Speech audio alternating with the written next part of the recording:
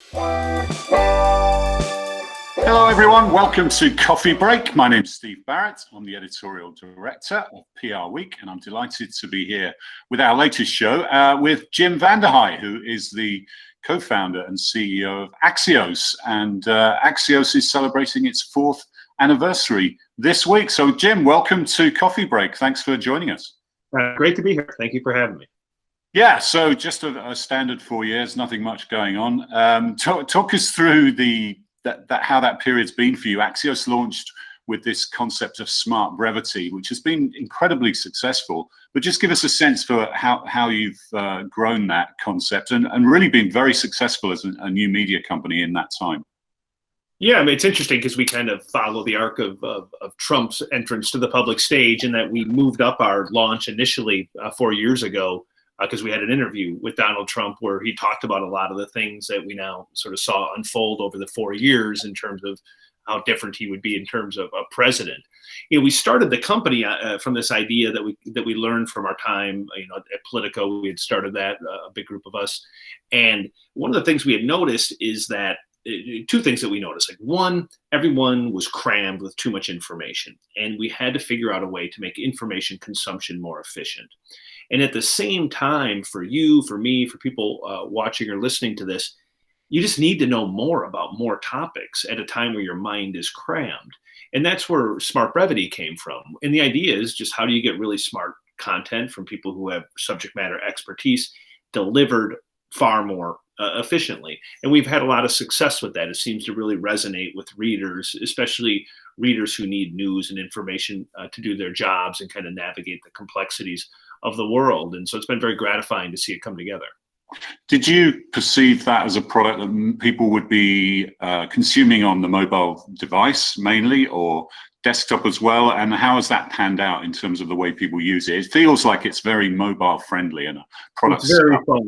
I mean, obviously we have a website, we have a desktop, but everything that we've ever done has been designed for, an iPhone or an Android, basically the screen of a phone. And we spend a lot of time obsessing even about every pixel to make sure you're using it as efficiently as possible. Because I do think you want to make people's lives easier. You want people to feel less stressed. You want them to feel like they're getting real value from their time. That's a combination of what you do with the written word or the spoken word, but it's also how do you present it. And so, yeah, it's been very mobile first. And then I'd say 80% of people who consume our product get it on a mobile device. So our bet was right. Not that crazy of a bet. We all knew that things were moving in a mobile direction, but those things really hit at once. I think that's true in business. I think there's too much of this kind of great man crap where you come up with this like revolutionary idea. Everything's kind of an evolution of other ideas, and then does it kind of fit at that moment? And I think we are kind of lucky that the idea that we had was a good idea, but it was also at the right moment. Yeah, and you have to constantly evolve it, don't you? You can't just sort of sit on your laurels. You've got to respond to user habits, which are changing all the time. But you're right, and I think PR Week's way above 50% in terms of mobile access, and so lots of other products. Now, last week you launched a Bill of Rights, and a really interesting concept. And you were talking at the time about the fact that we're losing the war on truth. And it's something we've been talking about a lot at PR Week. It's clearly really important for journalists. It's really important for PR professionals. It's important for the whole country. Just talk about that a little bit and how you are playing in that environment. Yeah, so we basically, we look at the big challenge now, which is kind of self-evident given the last couple of weeks. Half the country, a big chunk of the world, doesn't believe anything they read anymore. And I think the sort of the calling for all of us is, how do we get to people who are skeptical of truth, skeptical of media, to trust in us again? And so we're always trying to think of, like, what are some things that we can do is our small part to gain the trust of people and keep the trust of people that we already have. And so we outlined a Bill of Rights, and we said, here are things that we're going to do. If you work for us, you're not going to be taking positions politically. You're not going to be popping off on Twitter. We're going to be really respectful of your data, and we're going to be very clear about how we use it.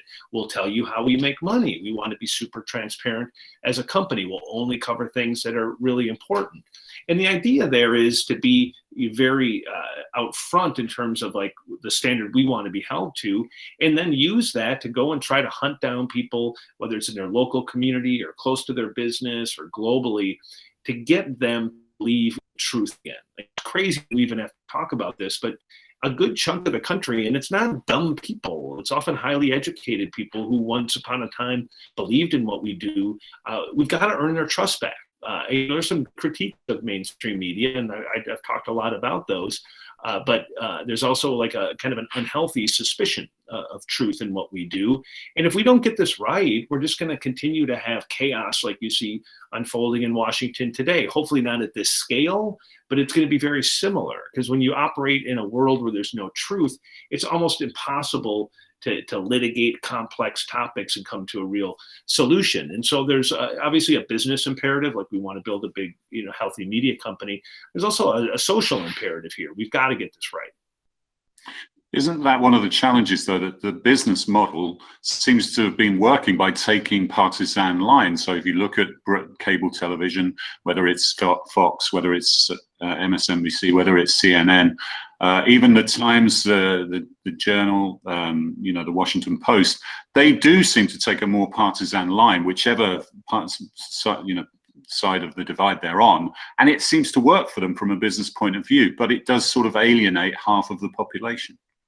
It's a hell of a conundrum, right? And I think if you're an existing institution, you're right. You've pretty much either you've self-aligned with one side, or the public perception is probably inalterable about how you aligned. And I think that's why us as a new company probably has an advantage. Like, the people that have already heard of us and read us or listen to us or watch us already trust us, but there's a ton of people who haven't. And so we, in some ways, have a fresh start with those people.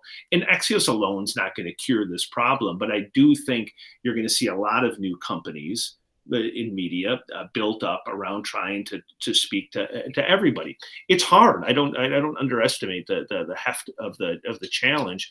I also think we don't really have a choice. Like, collectively, we've got to figure this out, and I'm confident that collectively we ultimately will. You got to remember, like, as down as I sometimes get about the state of humanity, you got to keep perspective that a lot of these technologies, the ability to express ourselves at scale for free, which is sort of the click of a button, it didn't exist, 10, 15 years ago. And it's a new technology. And we've come to a point where a lot of people use it terribly irresponsibly. It's not that uncommon with new technologies. And I do think one of the good things, if anything good can come of the chaos that we've seen over the last couple of weeks, I think it's going to speed up the conversation about how do you set rules of the road around these platforms and around media, so that we can get back to some semblance of truth. It's going to be hard. It's going to constantly collide with freedom of speech. And I totally get that. And I get that concern. But we've got a project here, I think, as a nation and as a species. We got to lick this problem. Yeah, I agree with that. One of the other things you said was that you'll never have an opinion section on Axios, which is a bold statement and a real departure. If you look at the opinion or the editorial page, that's been a staple of many newspapers and other media owners. And even if you look at your old employer Politico, they've started having guest presenters with particular political ideas. I mean, first of all, what did you think of that? And secondly, what's the thinking behind just doing away with opinion? Is that where we're getting into a bit of the problem? Well, I guess our personal opinion is, like, we're really good at news and information, so play to your strength. Does the world really need more people popping off with their opinions? Like, I personally don't think so. I'm sure some people do, but we've collectively decided we don't. In terms of Politico having a columnist, author, the playbook, I don't know that I have a strong opinion on it. I don't know if it's necessarily the move that I would have made in this environment, because people are so distrustful of people who have an ideological agenda. But I also don't know the calculations that went into their thinking. I think the more that all of us in the media can just kind of, like, tone down the gamesmanship and tone down the noise to try to get people to focus on the things that matter, give them clarity. You don't have to do it with hyperbole, and you don't have to do it with pounding your chest on Twitter, and you don't even have to do it by being condescending in how you talk about a topic. I think you do it by being able to take these epic topics, put them into some context, and do it in a tone and in a way that people will be like, okay, I could trust that. I might not love it, but I could trust it. And you just think about this moment, the things that we're dealing with. We're dealing with having to get a vaccination out with efficacy at scale, keeping an economy that everyone thinks at some point is going to tank, keep it alive and revving. We've got to fight mass misinformation and propaganda on social media platforms. We're dealing with the effects in real time of climate change, and you have a rising China, and you're dealing with all of those simultaneously. So you need clinical coverage, you need expertise so that people can get their heads around it. It's a lot. It's just easier to, like, what stupid tweet did somebody send today? It's just easier to react to that. And then we need less of that and more of, oh, this is a big topic. Oh, thank you for helping me understand it. Now maybe I can come to some reasonable opinion about what we should do next. Yeah, I mean, it's sobering to think that we are going to pass 400,000 deaths from COVID. We're going to hit the amount of people who died in the Second World War very soon. Who have died from COVID. And these are the things, you're absolutely right, that we should be concentrating on as a country, really. One of the interesting things you're doing is investing in local journalism. And clearly that has been a sector that's been severely challenged over the past decades. How are you, and some would say that that's one of the reasons why we have less sort of engagement with media, because people have lost touch with their local community media organizations, and that gave them their link to information. How are you going to make that work? It's a very noble objective and to be applauded, but how are you going to make it work from a business point of view? Yeah, I mean, I always try to separate sort of like, I'm a journalist by nature, and I'm probably a journalistic romantic by nature. Like I love journalism, I love local journalism, and I think it's there's an urgent need to save it for all the reasons that you just articulated.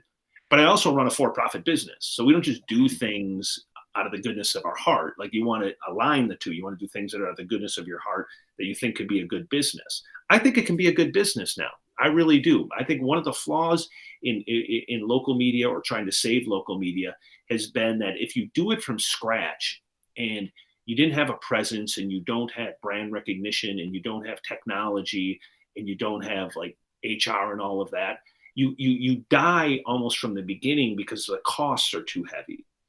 And what we can do is we can say, listen, we can come into your community. We're going to hire a couple of reporters who hopefully you will think are the most wired reporters in your community. We're going to begin a daily conversation with you about what we think is important in your community by people in your community. And if we can do that, we can do all the technology and distribution and marketing and HR in a central way. And we already have all of that. So it's not that much additional cost. We could put all that cost into journalism. And if we're right, we're hearing from a lot of ad buyers, like, they want to be in safe, well-lit places. They want to get in front of people who care. They don't want to be next to garbage or propaganda or worse. And so I think now could be the moment, because we could combine local advertisers with performance advertisers with national advertisers.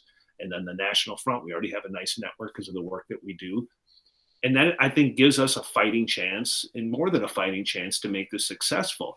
And the play here is we're launching in 5 cities. So over the next month, we'll be in Charlotte, we'll be in Tampa, we'll be in Des Moines, we'll be in Denver, and Minneapolis. But if it works, I would hope that I'm talking to you a year from now and we're in 100 cities, and we figured out how to bring this to small communities. And you might say, God, that's crazy. That's way too ambitious. And it might be, but I don't think it is. I think that somebody's going to do a version of what we're talking about. And I think we're best positioned to pull that off. And the beauty of it is if we get it right, it's a great business. It's great for journalism, and it's great for those communities.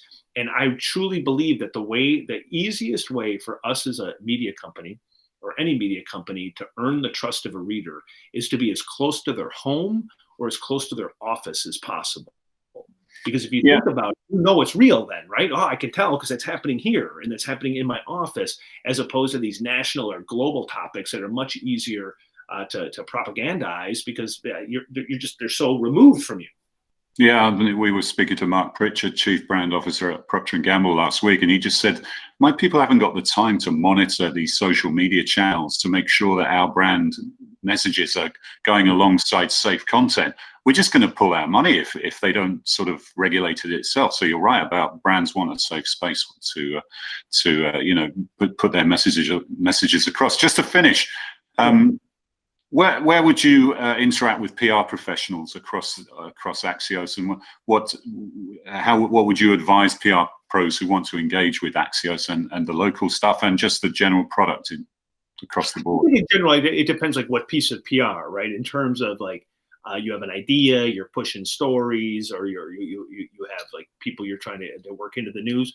Like having like an authentic relationship with reporters when you don't need them is the most important thing you can do. Like understanding like what do they cover, how do they cover it, and having like a give and take that's not transactional.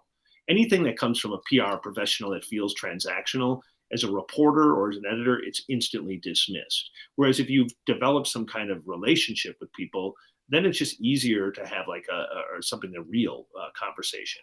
In terms of like the paid part of PR, I think like we have found like if you can find like what the Procter & Gamble CEO was talking about, if you can find places that are really safe, that have a very specific audience that you're delivering to, and then you demand cleanliness in the ads, right? That you can really get huge results. Like we made a big bet with Axios. We basically got rid of banners and pop-up ads and just went with sort of the screen by screen ad that flows with the natural flow of the architecture of our content. And the results are tremendous. We often get 3 to 5x performance improvements from a standard ad that you would get elsewhere.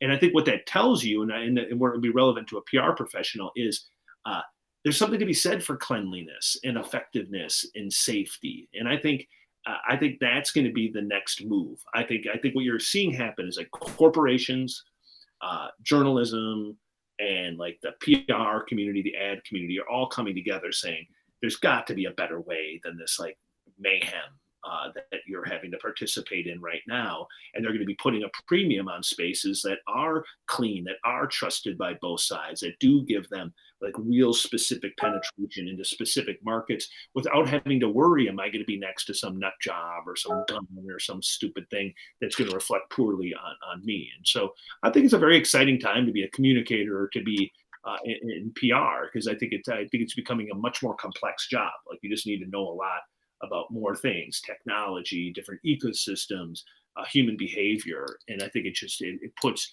I've felt for some time now that the job of a communicator or of a PR professional is becoming more and more important, not less important, because there's just such an art and a science to it now. Yeah, amen to that. And listen, congratulations on launching a successful media company in the current environment. Really respect what you've done over the past 4 years and wish you well in growing it, and especially the local journalism initiative. Thanks, Jim, for joining us on Coffee Break. Thank you. I really appreciate it. Thank you for your time.